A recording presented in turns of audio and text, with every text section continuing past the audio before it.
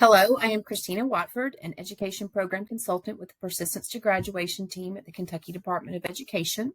I want to welcome you to this quick look at the Infinite Campus Insights Attendance Dashboard. To find Insights, you will go to the main menu in Infinite Campus. If you have been granted rights, then you will see it listed. If you don't see it, then you don't have rights, and you will want to talk with your district's Infinite Campus administrator about granting you rights. This screen shows you all the Insights dashboards and individual reports available within each dashboard.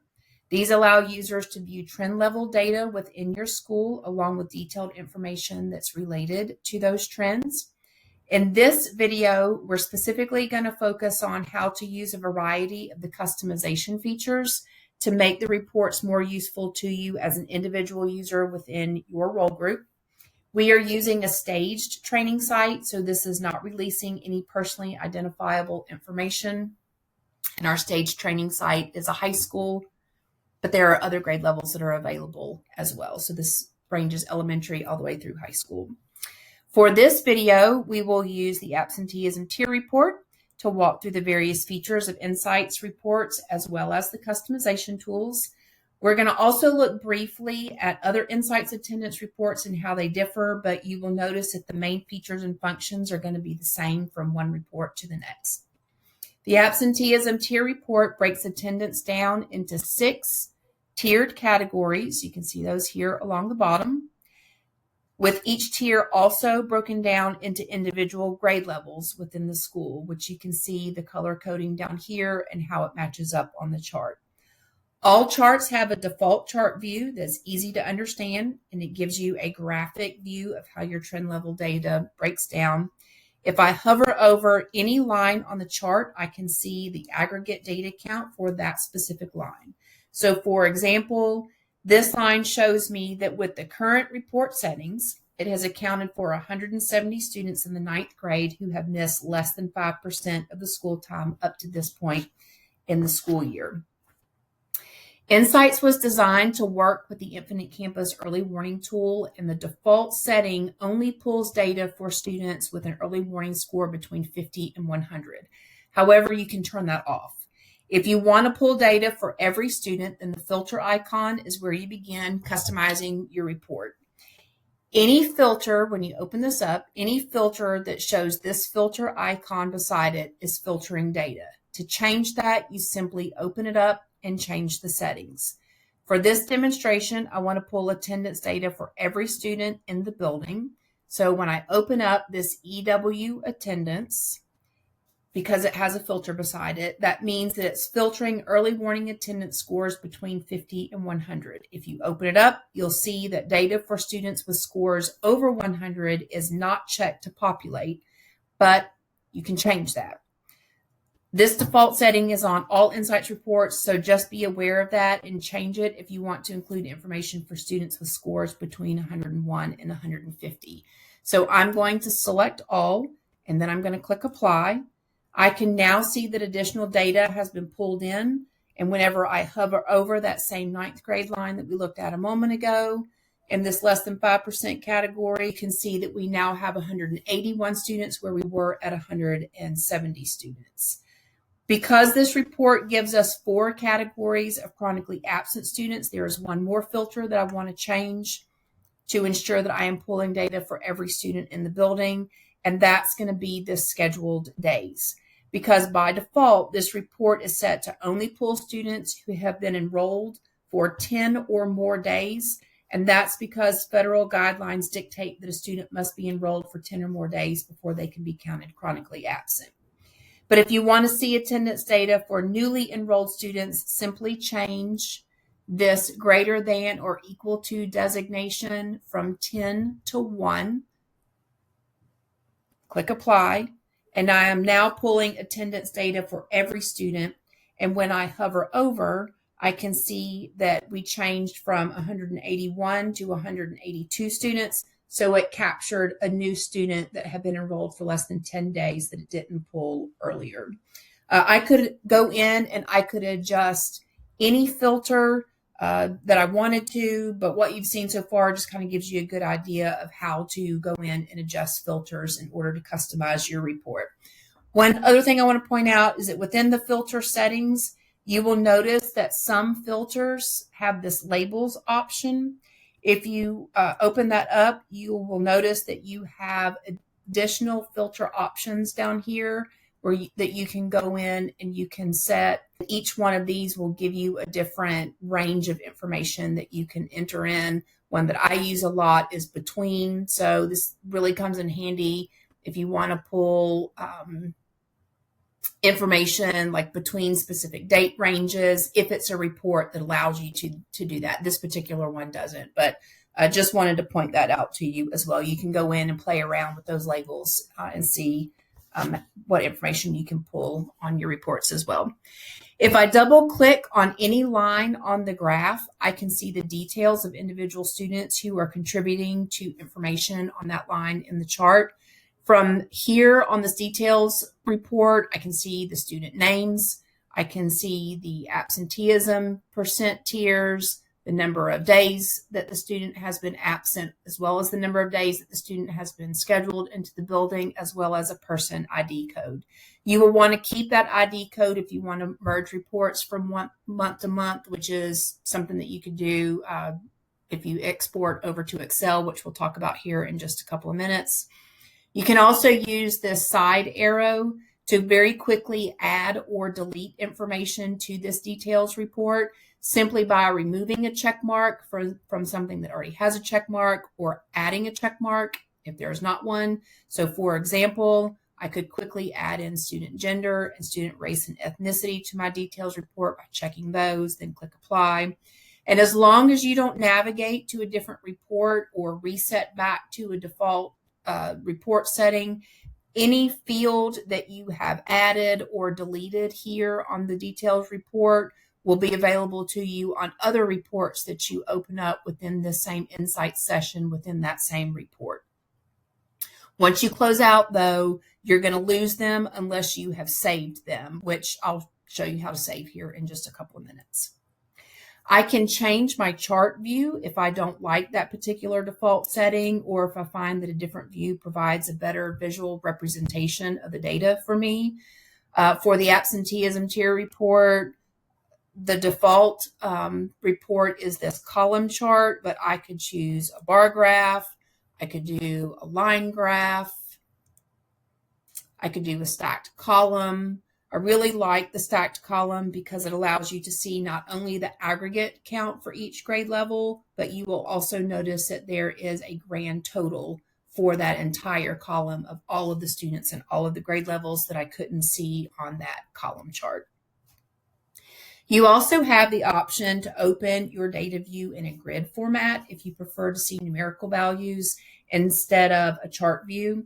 Here you can see your grand total for each grade level down here along the bottom, as well as the grand total for each absenteeism tier over here on the right. You can also see the grand total details for every student in your building. Clicking on any one of these cells will take you to the same details report that you could view in the chart view. I just opened up the grand total, which that grand total is not available to you on the chart view. But I did want you to see that you can see the detailed information for all of the students in your building. And you will notice that the student gender and student race and ethnicity that I pulled in earlier is still there because I haven't navigated outside of this report. You will also notice that you have some filter options available to you up here along the top. But you will likely notice that the chart view is going to give you a more comprehensive list of all of the filters that are available. So click back here if you want to see all of the filter options that you have available for a report. You can also click on fields. And if you look at the left-hand column, anything that does not have a check mark, you could potentially check mark and add in an additional filter option. There aren't a lot of additional filter options for this specific attendance report, but you will find that other reports will provide you with more options. We'll cover this again whenever we look at other dashboards, such as the behavior dashboard, but just wanted you to see that that was an option that was available to you as well. The Students tab allows you to filter based on an early warning watch list if you are using the early warning watch list feature. You can also filter based on any caseload that you're attached to in Infinite Campus, such as a counseling caseload or a special education caseload. This tab also allows you to filter data for any ad hoc filter that you have access to in Infinite Campus. So for example, if you wanted to pull data only for students with special education needs, students with 504 plans, students who have been designated as gifted and talented, English language learners, athletics, migrants, really any student group that you have created an ad hoc filter for will allow you to filter data down by that ad hoc. These are also stackable. So for example, if I wanted to select my early warning watch list students who are also maybe on my caseload with special education needs, I could pull in my ad hoc filter for special education, select early warning watch list and or caseload. Another option would be early warning watch list students who are athletes, really any combination that you want to pull together of student ad hocs and then designate between watch list or caseload, or just use the ad hoc as a standalone. You can do that as well. But once you've made your selections, you would just apply, and then it will only populate data for the students on that ad hoc and or that watch list or caseload feature. Once you have your report set up and it's pulling data the way that you want it to pull, you can save it as a template so that you don't have to remember the steps to customize to pull that specific data set each time you want to run it. Just click on Save New Template. You will go to Save New Template. You will name it. You will then click Create, and it is saved to pull updated data each time you select it. You can see whenever I go in here that I have created 3 different reports. I have saved all of them under different names so that I can distinguish between them. And then also keep in mind that as you're customizing these reports, if you're not ready to save a template because you don't like the way that it's pulling data or it's not giving you what you want, you can always just refresh your screen up here by clicking on the little refresh circle, and it will take you back to the base default report, and then you can start your customizations all over again. Go in and play around with this because you really cannot mess this up. Once you have everything pulling the way that you want it to, you also have the option to export.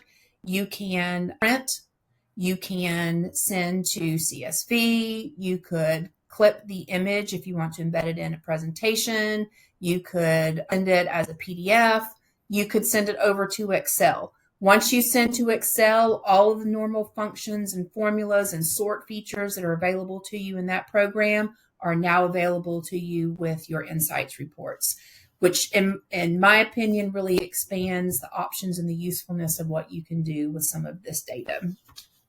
I did want to show you very quickly reason by period and reason by weekday. These reports look very similar. One of them breaks your attendance data down by period as well as by reason code for the absence down here at the bottom. You will see that the weekday report, again, looks very similar to that period report, but it's just breaking your attendance data down by those attendance excuse codes by weekday. You will see that there is a count of attendance and a count of students option available for you here. If you hover over any one of these lines on the chart, you can see your aggregate data counts. If you double click, you get your details just like we did on that absenteeism tier report. So if you flip over to the grid, you can see your count of attendance and your count of students together. So a count of attendance allows you to view information by each attendance event, which counts each student multiple times if they have had multiple attendance events, or it allows you to view this by student, which will only count each student one time in the total count. As you scroll to the right, You will get to your grand totals. You'll see that the counts are really high. That's because we take attendance by period. So every period the student is marked absent is factored into the total count. If that's not helpful to you and you want to see that a student has had an absence on a day, just want to account for them one time during that day, regardless of how many periods they were actually absent, then you can remove that duplicate information by sending the report over to Excel if you open up either one of these grand total columns. So just keep that in mind. Grand totals help you to visualize the most frequently missed day of the week or period. If you happen to be looking at that report, it may come in handy when planning events and school day in your building, such as thinking through your testing schedule, when you want to offer assemblies, when you want to embed social and emotional learning content within the day or with a certain period or day of the week, your RTI intervention schedules. All of this is just to help minimize the makeup schedule and disruption to the regular instruction if you're going to have to pull students out to do makeup sessions. The status by reports, you have a status by period as well as a status by weekday. I'm just going to look at the period report for the sake of time. Both of these look almost identical. Again, just one is breaking it down by period, the other by weekday. And this is removing all of those individual attendance codes and is just simply looking at whether or not the absence is recognized in Infinite Campus as an excused or an unexcused event or a tardy event. So those reports may come in handy to you as well. This ends our tutorial on the attendance dashboard. You can find additional videos on other Insights dashboards and resources on our website. If you have questions or need technical assistance or want training for your district, please reach out to the Persistence to Graduation team at the Kentucky Department of Education, and we'll be happy to help you.